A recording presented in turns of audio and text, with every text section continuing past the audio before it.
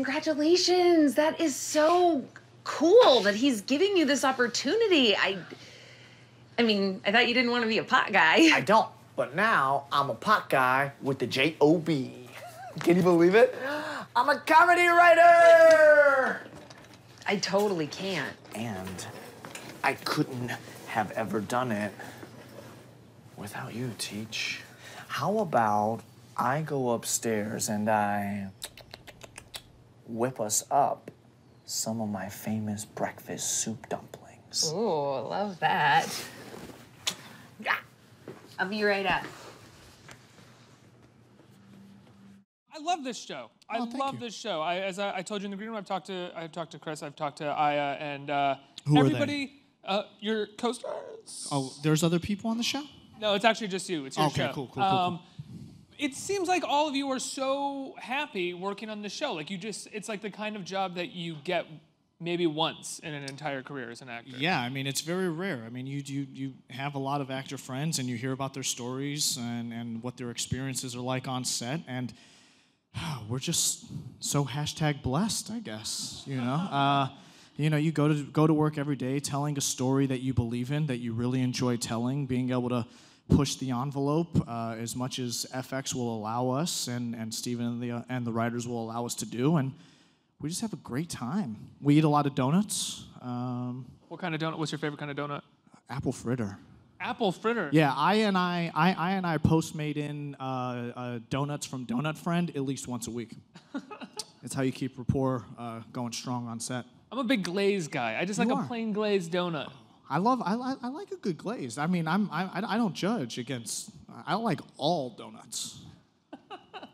One of the things that I love, one of the many things that I love about the show is how in tune it is to the things that make relationships go south or the curveballs that come in relationships. And I think even just in that clip that we saw, one of the things that your character's going through with his girlfriend is that he has sort of gotten something that he didn't really deserve, that she's kind of been working for much longer. And there's a bit of sexism in regards to that. And that's something that happens in a lot of relationships. When you get scripts like this, how exciting is it that you get to sort of dive into these topics? Oh, well, super exciting considering what we're going through right now, what has just been going through. Oh, you mean a woman overqualified for the job being turned down for a sexist nightmare man who's not qualified at all? Okay, yeah. Exactly. I didn't even have to say any of it. Boom, ding. As we speak right now, is going to meet one of the greatest presidents we've ever had in this country. He's actually sitting in a fucking room with him. It shouldn't happen. Sorry. We could have a whole discussion about that and not talk You about started your it. once. I'm sorry. No, but you know, and I think one of the things that's most interesting is how we've seen the relationship with Edgar and Dorothy like really start to flip-flop now, and when it comes down to it, like the brass knuckles of it is that Edgar needs Dorothy in order to continue moving forward in the way that he wants to progress as a human, you know, and without her, I fear kind of like what's going to happen to him, but at the same time, you know, I've been kind of the moral conscious of the show the entire time, the moral compass, and it's nice to kind of get some of those assholey traits that Chris and I and Heather, you know, get to play with so much. So as an actor, it's really great to be able to kind of, you know, contrast to what I've been doing. What's wonderful about Edgar when he starts having assholey traits is that he's not as self-aware of them as the other characters. They own them. They kind of almost embrace and love what makes them sort of an asshole. He has no idea. No, and now he's high all the time. So I think, you know, it probably takes even, you know, a few more beats for him to actually realize what he just said. Whereas before, it was very thought out, very kind of planned, you know. Is that fun to play, a guy who's sort of maybe doing, I wouldn't say they're despicable things, but not the best things, but it's like sort of totally oblivious to it? Oh, yeah. Well, I mean, because, you know, I mean, how often in life do you, like, actually try to get away with that and, like, you know you're not being naive, but you try to play being naive? So it's nice to imitate that in art every once in a while. And he's gone through a couple of journeys on this show. I mean, Yeah. last season it was sort of about the show was kind of about exploring individual problems. This season it seems to be exploring the sort of problems that arise between two people in a relationship. What was it like, sort of diving into Edgar's problems last season? Well, last season was really great because, I mean, first season we saw him on a really nice upward trajectory with his PTSD. Whenever you're dealing with any sort of mental health issue, it's like a roller coaster ride. There's a lot of ups and downs, ebbs and flows that are happening, and we've been seeing him climb. And last year, he found Dorothy, he found improv comedy, he found a way that he could actually transition into the civilian lifestyle that he doesn't recognize, and so that was really great. But at some point, we knew that he was going to have to kind of fall and go down, a deeper, darker path. And it's nice to see him hit rock bottom and now him starting to make his way back up again. As an actor, it's an amazing opportunity to be able to play the entire gambit of what it could possibly be like dealing with a mental health issue like PTSD. Is he making his way back up again? It feels a little like he's in for a shock, like some kind of shock is about to hit him. Well, he got a job for making a character called Dr. Weed. That's a pretty nice moment. Right. I mean, who? But he got a job as a comedy writer, and he can't write comedy that well. Can he not write comedy that well? From what I understand in the last episode. Well, right. Yeah. But he did write, those amazing signs for those homeless vets in episode 2. So if he can kind of bridge that over, maybe he'll find something. No, I think ultimately he's just really trying to find his place in the world, and wherever he can gain confidence, I'm all about for him because he's coming from a place of very little confidence. Now, when you get cast in the show, you're a series regular. You're not one of the leads, one of the two leads, but then in the middle of the first season, you're given this scene that talks about not being the lead character, this sort of meta moment for supporting characters in a romantic comedy. Yeah. What was that like? Did that suddenly feel to you like, oh, they really care about my character and me in this show? I am not just a supporting part. Well, we already knew that we weren't just supporting parts from the very beginning. It wasn't like, Steven and I and Chris would have special meetings without Heather and I. Like, it's been the 5 of us from the very first day, and we knew when that they were having to start to build the story around Jimmy and Gretchen, and that slowly, Lindsay and Edgar would kind of start trickling themselves in. And because I had worked with Steven previously before, I knew that he came from, the Genji Cohen, era of television writing where you build these really in-depth characters piece by piece, season by season as they go, so that you have this amazingly round and well-crafted world, so that by the time we get to a season 3, a season 4, a season 5, knock on wood, that it doesn't matter if you have just an Edgar-centric episode or a Lindsay-centric episode or a shit-stain-centric episode, which I think we're all hopefully waiting for will happen in the next couple seasons, but that the audience will be able to jump in, take the ride with them, and enjoy it and connect, and hopefully the issues that are brought up will resonate with them. What did you work with Steven on before? I was on his show Next Caller that got peacocked by NBC. Peacocked is the term we coined after we shot 4 episodes and they pulled the rug out from under us and canceled it before it ever hit the air. It was myself, Dane Cook, Colette Wolfe played the female lead, Jeffrey Tambor, and Joy Osmanski. That's a pretty incredible cast. Yeah, and it was all around the world of radio disc jockeys set here in New York City. It was on NBC? It was on NBC. How long ago? For 4 episodes, yeah. It was never on NBC. We shot 4 episodes, but it never made it to the air. How long ago was that? 2012. And so after that, he cast you in this?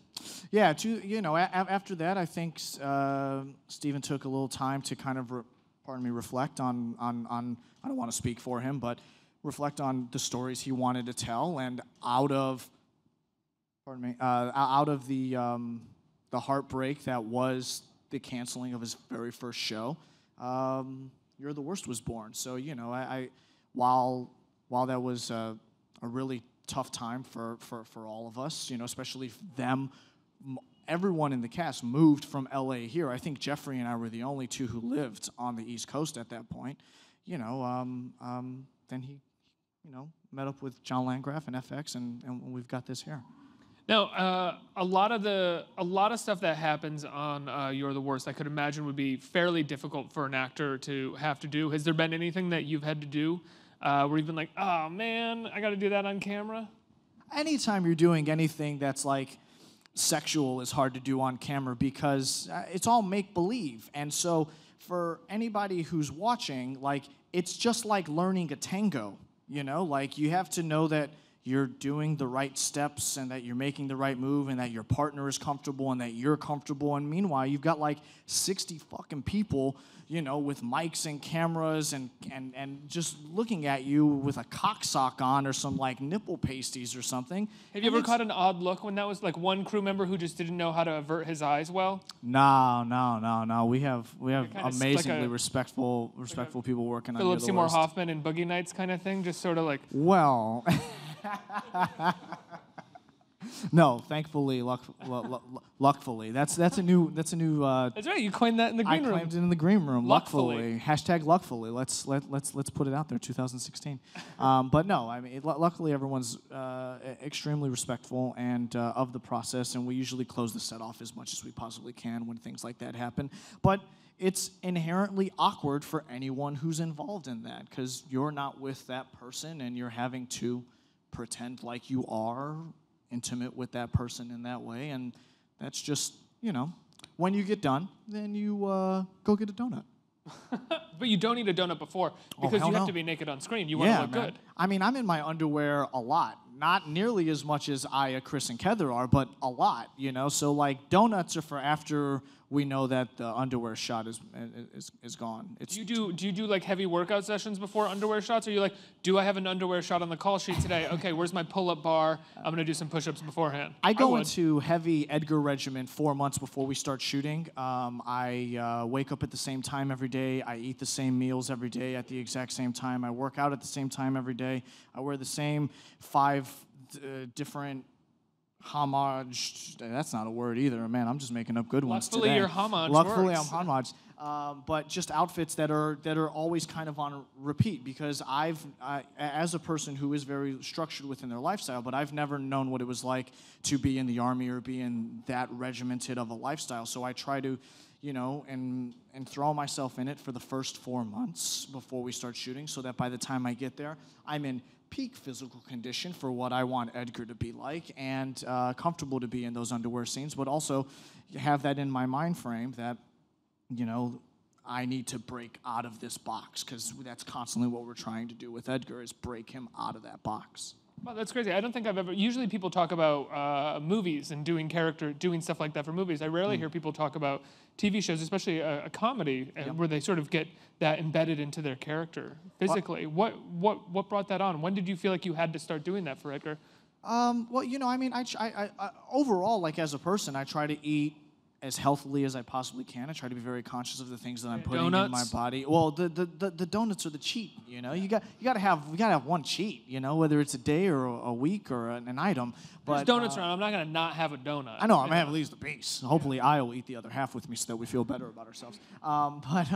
No, you know, it's so you know, I try to be as health conscious as I possibly can be, but specifically with Edgar, you know, like I have an idea in my head of what he might look like after a few years of coming back from the Army, and I wanted to have that sort of like lean mass tonal build going on while having that recreated atmosphere within myself. And Steven didn't tell me that I had to do it.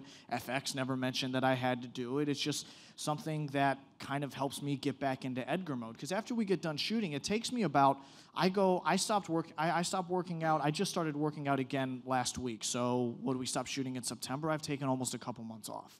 Wow. Where I just, you know, try to, you know, enjoy as much as I can and you know, and eat some things that I wouldn't normally be eating during that time, and just get back to Desmond, so that when I do have to get back into Edgar mode, it's a new, refreshed view of what Edgar's going to be like this season, because I know that he's going to grow, and I know that the show is going to grow, and I want to be able to grow with it, but I can't ever forget what Edgar was at the beginning when we started. Were you nervous at all playing a veteran with PTSD in a comedy? Hell yes. Can you talk about that? Yeah, of course. You know, I mean, anytime you're dealing with any sort of issue that real people are dealing with on a constant basis that is overshadowed and overlooked by our society, it is your duty to portray that character or that scenario as truthfully and respectfully as possible. And so that's where you start with it. You do as much research as you possibly can, and there's a ridiculous amount of veterans blogs that I read. I've been working with, for the past few years, just coincidentally, with Adam Driver's Arts in the Armed Forces, non-for-profit, where we go to places and we actually perform real, meaningful work for vets so that they can, find their voice within the artistic community if that's what they choose to do after they get done serving. As many veterans as I meet, I'm just a sponge. If they'll tell me their story, I would just like to hear as much as they'd like to tell me, because I have no idea what that's like. And in between episode 1 and when we got picked up, Steven brought a vet into the writer's room. They phone conferenced me in from New York, and he told us his entire story of going through 2 tours, of dealing with PTSD, the ups and the downs of it. And there was this one moment where the incident happened during the Dark Knight movie. Where was that, in Orlando? Oh, in Aurora? Aurora, right. Where the guy came in and shot up the movie theater. Yeah, James Holmes. Right, and he had been on a particularly healthy path with his PTSD up until that point. He was finding ways to really cope with it that worked for him, and it just kind of sent him over the edge. And he started carrying around his service weapon again, hoping that people would see it, not because he wanted to inflict pain on anybody else, but that he wanted someone to see it so that they would beat the hurt out of him.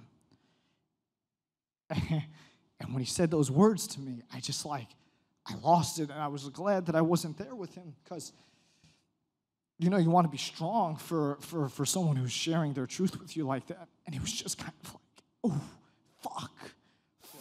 Like, out of everything I read, no one ever stated anything like that. So we know that Edgar loves Rachel Ray, and, he's championing Jimmy and Gretchen's relationship, and he's a hopeless romantic, but at the bottom of all of it, there might be this guy that wants someone to beat the hurt out of him. And so you need some kind of release. Yeah. There's so much down there. So how did that affect the way that you carried him on camera when you heard that? Well, you don't see people on the street with mental health issues for the most part, and they're like, oof, PTSD, clinical depression. So we knew that on the outside, and since he was on a good path, we just had to kind of portray him as honestly and working and fighting through it as much as he possibly can. I don't think it was until episode 5 of this season, 22, where we got to see that underlying tension that I always kind of had in the back of my mind that I was trying to build with him actually come to fruition. Do you think a little bit of his hopefulness is the fact that he's a romantic, he's hopeful, at times he's sort of oblivious in the pursuit of being good, stems a little bit from the fear of falling into the sort of the trap of his own pain? Yeah, I think you have to overcompensate in certain ways in order to kind of stay ahead, to stay afloat, and to not be dragged down. I mean, in that episode 22 where I open up the medicine cabinet and it's just rows and rows of pills, and I decide not to take them. I decide to just brush my teeth. I mean, there's always some sort of mask that they have to put on. They don't feel like they're themselves. They don't feel like they're necessarily in their skin, and they're trying desperately to be that person that they were before they went through those traumatic events. And while they know that realistically, statistically, it's not a possibility that they're going to 100% be that person, they owe it to themselves, and we as a society owe it to them to give them every opportunity to get back to that life that they can live fully and fruitfully and with love and with heart and with grace and respect from everybody else around them. And now your character, as you said, has found an outlet in improv comedy, and you were talking about working with veterans through art. What have you found that art, be it improv, painting, music, acting, writing, gives to those who have served and are recovering or struggling with PTSD? Yeah, well, you get to strip judgment from any and all. You know, when you're creating, you know, I come from Chicago. I come from a theater scene there where it's about the ensemble, where it's about telling the story to the best of our ability to serve the playwright, to serve the writer, you know, and when you're building art from the ground up, it becomes very personal, and a lot of the times, you know, people try to cast judgment on themselves, or other people within the space will cast judgment on you and kind of make you change the way that you're thinking you want this character to be, or this story that you're trying to tell to go off in a different direction. And we just try to make sure that they know that their truth is welcome here, that it's a safe space, and whatever story they want to tell, we're willing to help them tell it to the best of our ability. Let's open it up to the audience for questions. You, sir. Hello, guys. Hey, man. So my question is, what character do you think has the best arc? Which character you think is the most nuanced or most multifaceted? It sounds like your character pretty much encompasses all of those things. Well, yeah, I don't know if there's one that I can say, because Stephen and our writers layer everybody in so well. Like, you know, for season 1, I would say probably Jimmy and Gretchen probably had the most nuanced arcs then, you know. But by the end of season 1, you could arguably say that Lindsay might have had them, because she made the biggest jump out of anybody within that first season, right? And then you go into season 2, and you start seeing more of just kind of what's happening with you know, Brandon Michael Smith's character and Alan McLeod's character who plays Paul, and Todd Robert Anderson's character who plays Vernon, and my character, of course. And you see them just like really starting to let you, like, have you ever had a cronut before? Yeah, right? Like, if you stood in Dominic Ansell's line for 2.5 hours, like, you savored the shit out of that cronut. And I think that's what Stephen and the writers do. They savor the shit out of every layer that they can possibly build with these characters, and they slowly let you devour them. So, did that. Good I'm a huge foodie, by the way. So if you want to talk about cronuts, donuts, burgers, pickles. What's about you're in New York, or what's your favorite burger in New York? Oh, I'm about to go have it right after this. Black Iron Burger on 5th between 1st and A. Oh, that is a burger that I have not had. It's this little bar. You go in. They've got a great beer selection. There's like a few tables, and basically at the end of the bar, there's a flat top grill. Oh, that sounds amazing. It's really awesome. It's right next to the Minka ramen noodle joint. Mm-hmm. It's BIB, black with gold letters. I've been eating my feelings the past couple days, so that sounds amazing. Yeah, Next I think question. we all have been. Hi. Hey. Hi, Desmond. I'm also Team Apple Fritter, so Yeah, thank you for that. Team Apple Fritter. There's just too much going on with the apple fritter. What is it? You don't like the apple, or you don't like the fritter? I don't like the fritter. Because it's got glaze. That's true. It does have glaze. And what's nice about it, it's got that good cakey textured donut-y thing going on with some of nature's goodness. I don't. The apples adds too much sweetness. I don't like All it. right. Well, maybe we can find you an apple fritter that has less apple, more glaze. That sounds like a glazed donut. All right. We should go. You and I should go on a donut challenge. And, that would be amazing. And Please. and let's figure it out. I stand by my decision. So obviously you have a very dynamic character, and you mentioned having to go out of the box to kind of portray him. What was the most fun or memorable thing that you can take away from the show? Maybe one of the funniest moments. Oh, I'm a huge Charlie Chaplin fan, and at the end of episode 22, I get to be in the Little Asshole Student Directors movie, which When I got the costume fitting and we were putting on the hat and the pants with the really long zipper, and I was just like, I was freaking the fuck out. And I was watching like every Chaplin film I could up until shooting that moment.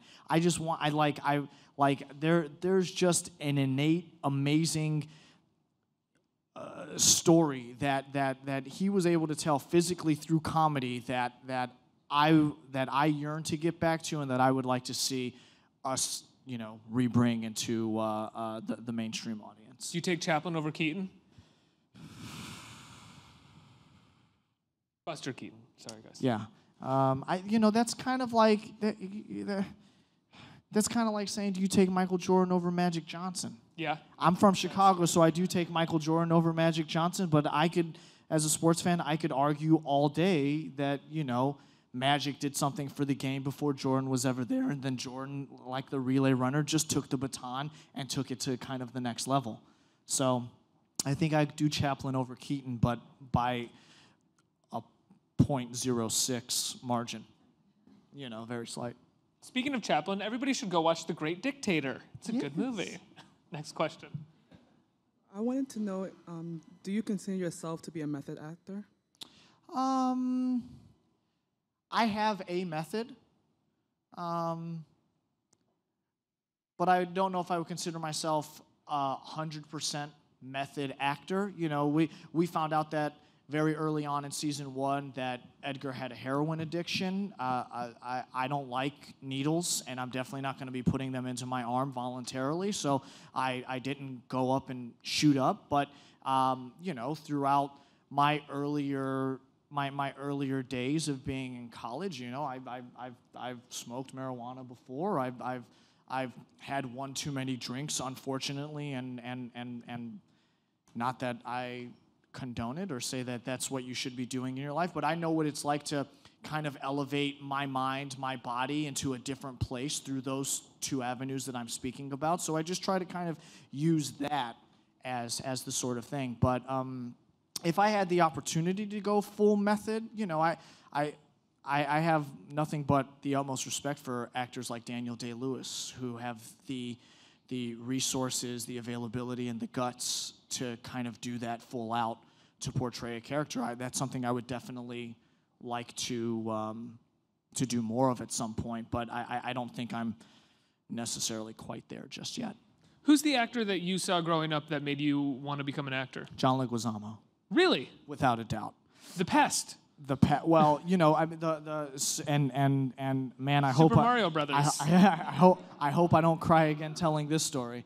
But when I was my early teens, 14 or so, right before my father passed away, my father's father is a Puerto Rican who can never stay in one place at the same time. He's got like 5 wives and 19 children. He's a great guy, but obviously different sense of values than I do, and that's okay. But he was living in New York at the time, and my father and I came out here to visit him, and he wanted to show us, what it was like, and so he took us to Broadway to see this little one-man show called Freak. And I had never seen someone so close to myself on stage, and I just looked at them at the end, and I had never seen my father cry before. I'd never seen my grandfather cry before, and they both had tears in their eyes, and I looked at my dad, and I said, that's what I want to do when I grow up. And he said, you will, Papi, you will. And that was, so without a doubt, John Leguizamo. I mean, I could argue people like, along the way, the Al Pacinos, the Dustin Hoffmans, the Robert De Niros, the Eddie Murphys. Like, Coming to America might be my favorite movie ever. But that was the moment. Have you met John Leguizamo since? I have. Did you tell him that story? Oh my God, I've told him that. We've recently started running more in the same circles for events as time has gone on. But the first time that I met him, I received a Theater World Award for my debut performance in this amazing little play that was here at Second Stage that was a Pulitzer finalist called The Elaborate Entrance of Chad Deity. It was a hip-hop satire about this underdog Puerto Rican wrestler from the Bronx dealing with issues of racism, capitalism, stereotyping through the world of WWE-style wrestling. Amazing. And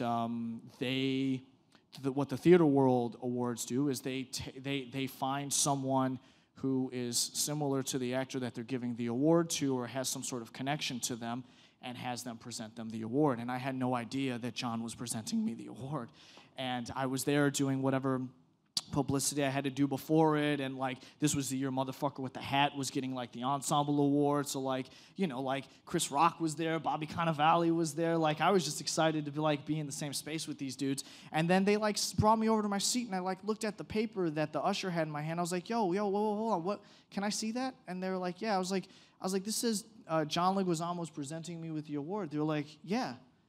And like, it just like my mind got blown. Like whatever speech I was like planning in my head to give, like fucking went out the window. I got up there. We were in the same fucking suit basically.